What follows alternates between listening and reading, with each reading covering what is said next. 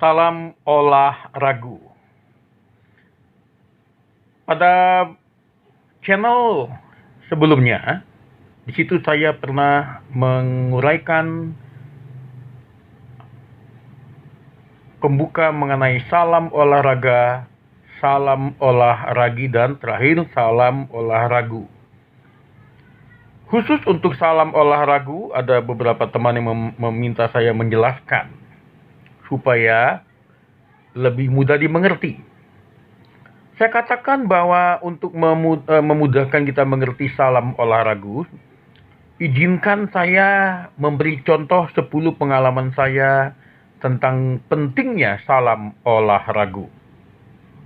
Pertama, ketika saya masih duduk di sekolah SMP, kebetulan adik saya SD-nya juga satu lingkungan. Ada orang yang mengaku disuruh ibu saya untuk menjemput adik ke rumah, dan untungnya guru adik saya dan saya sendiri memiliki potensi keraguan. Apakah benar ini memang kenalan ibu saya yang minta adik saya dijemput? Karena ibu saya lagi nggak sempat jemput. Dan saya langsung mengatakan karena tidak kenal sama orang ini yang mengaku-ngaku disuruh ibu saya, maka saya mengatakan tidak mengizinkan. Dan gurunya juga setuju. Kalau memang abang ini tidak tahu yang menyebut nih dan bukan tetangga, bukan family, jangan. Nah, itu salah satu contoh olah keraguan yang diperlukan untuk mencegah hal yang tidak diinginkan. Artinya, salam olah ragu berarti olah keraguan kita terhadap apa yang belum pasti. Yang kedua, saya pernah bertemu dengan teman yang mengaku dia tidak pernah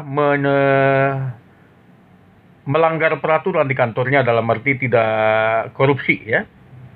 Namun karena dia memiliki jabatan untuk menandatangani keputusan laporan, dan dia percaya begitu saja kepada anak buahnya yang kebetulan memanfaatkan orang ini tidak punya keraguan terhadap anak buahnya. Sehingga dia tanda tangani bahwa apa yang dilaporkan itu apa adanya benar. Dia tidak memberikan keraguan di dalam dirinya untuk ngecek dulu, konfirmasi dulu, reconfirm dulu, analisa dulu apakah laporan ini sesuai dengan kenyataan. Akibatnya karena dia menandatangani, maka di dalam kasus yang dituduhkan oleh perusahaan, dia dianggap sebagai orang yang korupsi atau menggelapkan uang. Padahal dia hanyalah koordinator dalam satu bidang perusahaan yang percaya begitu saja. Tidak memberi kesempatan keraguan untuk menganalisa apa kemungkinan ada yang tidak benar. Jadi itu terbukti apabila kita tidak memiliki ruang untuk keraguan terhadap hal yang di luar Tuhan, ya hanya kepada Tuhan yang kita tidak boleh ragu. Maka jangan langsung kita begitu saja menandatangani sesuatu hal yang seharusnya kita koreksi atau analisa dulu. Karena akibatnya panjang. Ketiga, saya pernah bertemu dengan orang yang mengaku dia mendapat WA ya. WA ini katanya mengatakan bahwa dia mendapat permintaan pinjaman duit dari saya. Dan teman saya ini percaya begitu saja. Tidak menelepon saya dulu, tidak ngecek dulu. Sehingga ketika dia menanya kepada saya dan saya katakan, kenapa tidak nanya ke saya dulu? Minimal telepon, minimal video call dulu.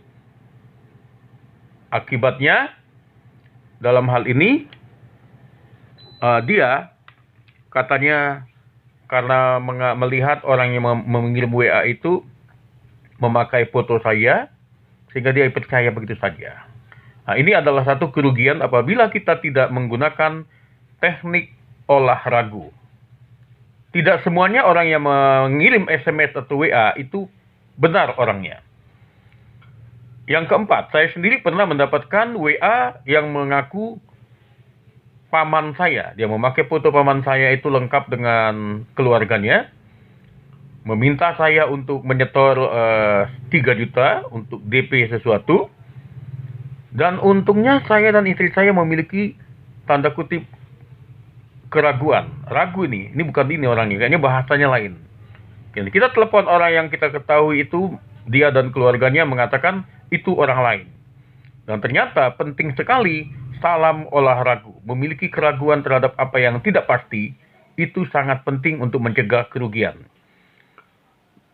Berikutnya, saya pernah bertemu dengan anak yang sedang menangis. Dia katakan bahwa dia itu tadi diajak atau dikadali oleh temannya,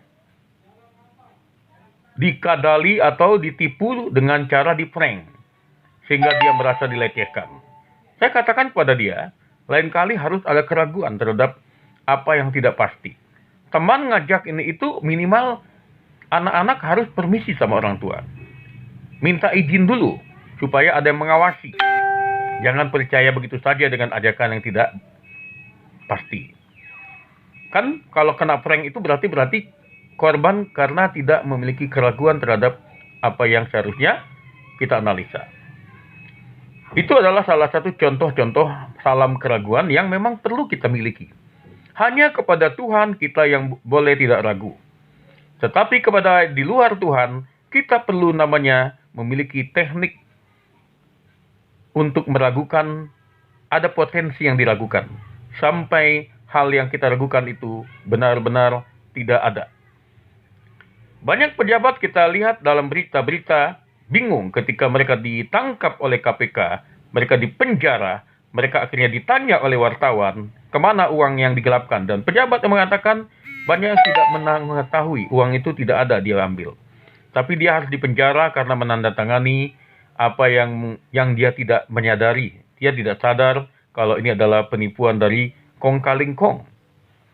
Hal itu tidak akan terjadi apabila pejabat tertentu tidak begitu saja menerima laporan, tetapi harus mengadakan check and recheck, harus mengadakan balance kontrol, balance kontra untuk memastikan tidak ada masalah.